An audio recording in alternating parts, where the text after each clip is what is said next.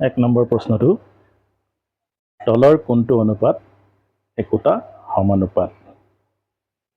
তলৰ কোনটো অনুপাত একোটা সমানুপাত এইটো আমি কৰি চাব পাৰোঁ এনেকৈ 22/33 22:33 আৰু কি দিছিলে 33/24 এইটো এনেকৈ কটাকটি কৰি চাব পাৰোঁ 11 2 গুণ 22 11 3 গুণ 33 এইটো 3 11 গুণ 33 3 8 গুণ এইটো দেখিলোঁ 3/2 8/11 এইটো কেতিয়াও সমান হ'ব নোৱাৰে গতিকে এইটো নহয় বিটো কৰি চালোঁ 18/30 ইকুৱেল 14/21 6 3 গুণ 18 6 5 গুণ 30 7 2 গুণ 14 7 3 গুণ 21 এই দুটা চালোঁ মই ভগ্নাংশকেইটা সমান হ'ব নোৱাৰে নম্বৰ চি অপশ্যন 24 28 ইফালে দিছিলে 20 25 এইটো 4 6 গুণ 24 4 7 গুণ 28 4 5 গুণ 20 5 যাব এইটো 5 4 গুণ 20 5 5 গুণ 25 এইটো সমান হ'ব নোৱাৰে নম্বৰ ডিটো চাওঁ 12 21 32 56 3 4 গুণ 12 3 7 গুণ 21 8 4 গুণ 32 8 7 গুণ 56 গতিকে এইটো হয় এইটোৱে হ'ব আমাৰ উত্তৰ ঠিক আছে এই অংকটো কৰি চাবলৈ আৰু এটা নিয়ম আছে প্ৰথম পদ লগত চতুৰ্থ পদটো যদি পূৰণ কৰোঁ তেতিয়াহ'লে মধ্য পদ দুটাৰ পূৰণফলৰ সমান হ'ব বুলি কৈছে এই প্ৰথমটো মই যদি চাওঁ প্ৰথমটোত আছিলে 33/22 আৰু 33/24/33 তেতিয়াহ'লে ইয়াত মই চাম 3 3 গুণ শেষৰকেইটা চালে হ'ব 3 3 গুণ 9 আৰু ইয়াত চাম 2 4 গুণ 8 গতিকে এইটো 8 সমান 9 কেতিয়াও হ'ব নোৱাৰে গতিকে মই এইটো নহয় বুলি ক'ব পাৰিম 2 নম্বৰটো চাওঁ ইয়াত 0 আছে আৰু 4 আছে 4 0 গুণ 0 আৰু ইফালে 8 গুণ 8 এইটো কেতিয়াও সমান হ'ব নোৱাৰে নম্বৰ চিটো চাম 8 0 গুণ 0 আৰু 4 5 গুণ 20 শেষৰটোতো মিলিছে আগৰ কেইটাও কৰি চাব লাগিব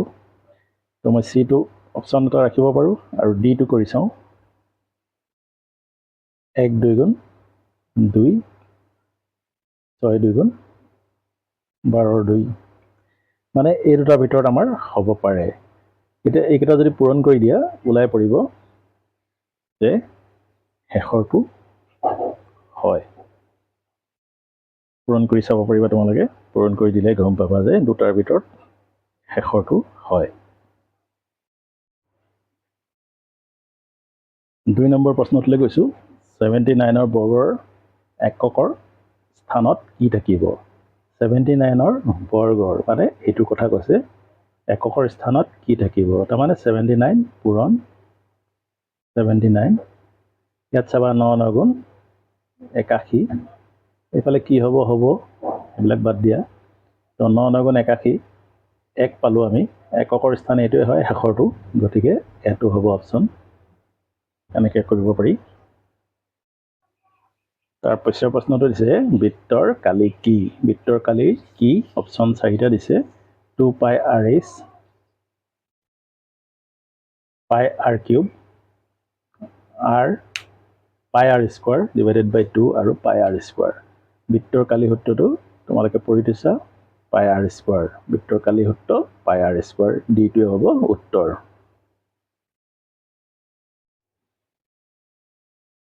4 নম্বৰ প্ৰশ্নটো তলৰ কোনটো পূৰ্ণবৰ্গ নহয় পূৰ্ণবৰ্গ মানে হোল স্কোৱাৰ তলৰ কোনটো পূৰ্ণবৰ্গ নহয়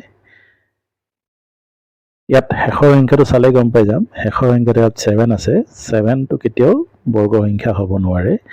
7টো যদি বৰ্গ সংখ্যা নহয় তেতিয়াহ'লে গোটেই সংখ্যাটো পূৰ্ণবৰ্গ হ'ব নোৱাৰে বাকী কেইটালৈ যদি চাওঁ মই 4টো 2 2 গুণ 4 বা 6 6 গুণ 8 8 গুণ 64 এইটো একেই 4 আছে 2 2 গুণ 4 8 8 64 এইটোতো 5 আছে 5 5 25 গতিকে এইবিলাক বৰ্গ সংখ্যা হয় কিন্তু 7টো কোনো সংখ্যাক বৰ্গ কৰিলে নোলাব গতিকে আমাৰ উত্তৰটো এইটোৱে হ'ব তোমালোকৰ 5 নম্বৰ প্ৰশ্নটো কিউব ৰুট অফ 27ৰ মান হ'ব চাৰিটা অপশ্যন দিছে 9 3 4 5 কিউব ৰুট অফ 27 মানে কি মই চাওঁচোন কিউব ৰুট অফ 27 মানে কি হয় কিউব ৰুট অফ 28ক ভাঙিলে 3 3 গুণ 9 9 3 গুণ 27 আৰু কিউব ৰুটৰ অৰ্থ হৈছে তিনিটা একে বস্তু পূৰণ হ'লে বাহিৰলৈ এটা ওলাই গুচি আহে মানে কিউবডাল নাথাকে কিউব ৰুটডাল নাথাকিব তো এইটোৱে হৈছে উত্তৰ এইটো আমি বিত দেখা পাইছোঁ বিটোৱে হ'ব উত্তৰ 6 নম্বৰ প্ৰশ্নটোলৈ চোৱা যদি m nৰ ঘনমূল হয় তেন্তে nৰ মান হ'ব অপশ্যন 4তে দিয়া আছে প্ৰশ্নটো বুজি পাব লাগিব m nৰ ঘনমূল m is equal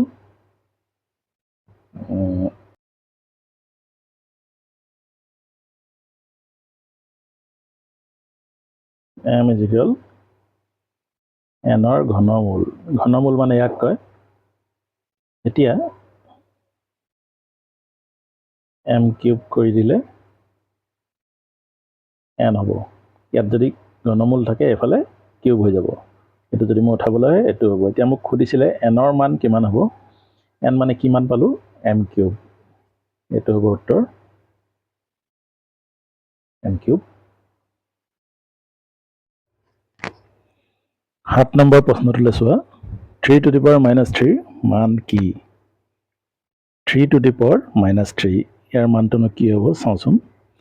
3 to the power minus 3 এই যে মাইনাছডাল আছে মাইনাছটোৱে আমাক এইটোৱে বুজাইছে যে এই 3 কিউবটো তলত আছে 1 বাই হৈ আছে এই বস্তুটোৱে আমি বুজি পাওঁ মাইনাছডাল দেখিলে তেতিয়াহ'লে এই বস্তুটো ইয়াত আছে নেকি এইটো আছে চিটোৱে হ'ব আমাৰ উত্তৰ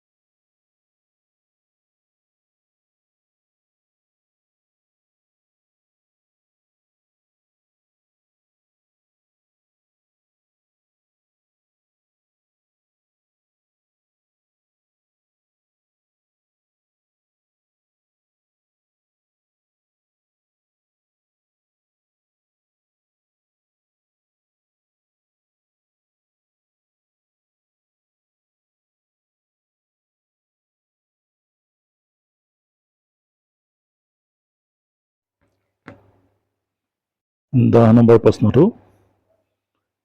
x + 2ৰে 2x² + 3x + 1ক হৰণ কৰা।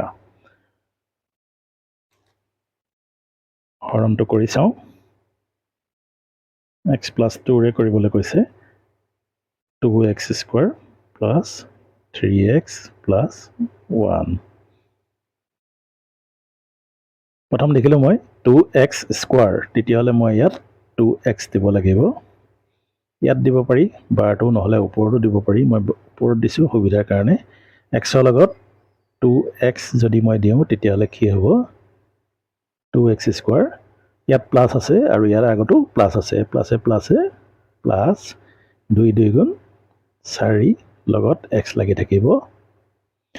এই আঁচডাল টানি দিয়া মানে তলৰ চিনবোৰ সলনি হৈ যোৱা। ইয়াত একো নাই মানে প্লাছ আছে, তেতিয়াহ'লে এইটো বিয়োগ হৈ গ'ল। 2ৰ পৰা 2 গ'লে 0, এইটো বিয়োগ চিন হৈ গ'ল। এতিয়া চাবা 3টো সৰু, 4টো ডাঙৰ। 4ৰ পৰা 3 গ'লে 1, ইয়াত x লাগি আছিলে, গতিকে অকল x হ'ব, মানে এটা x। ইয়াত যিহেতু মই কৈছোঁ বিয়োগ হ'ব, ডাঙৰটোৰ আগত বিয়োগ আছে, গতিকে বিয়োগ চিনডাল পৰিব। ওপৰৰ পৰা নামিছে +1।